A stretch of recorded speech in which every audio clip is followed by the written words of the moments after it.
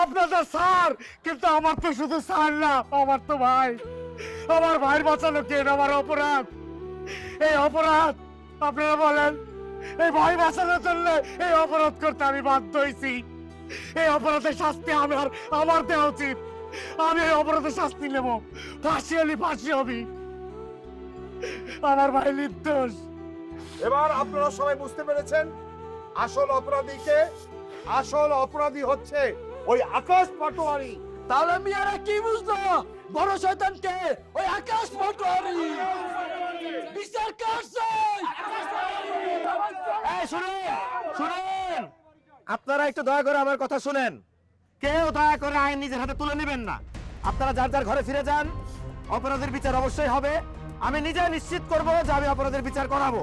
কারো বলির পাঠা হওয়ার দরকার নাই, কারো উপকার করতে গিয়ে কারো ক্ষতি সাধন করার দরকার নাই। আপনারা যার যার ঘরে ফিরে যান। আমি আপনাদের সত্যিই কথা দিচ্ছি, এই আকাশ পাটনের বিচার হবে। আপনারা যান। এই চলেন সবাই, আমরা চলে যাই।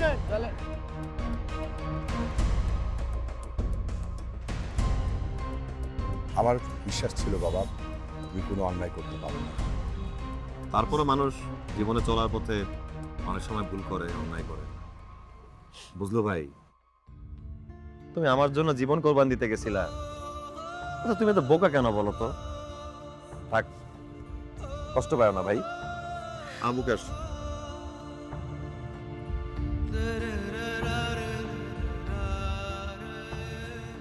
তিথি কোথায় আছে, কেমন আছে?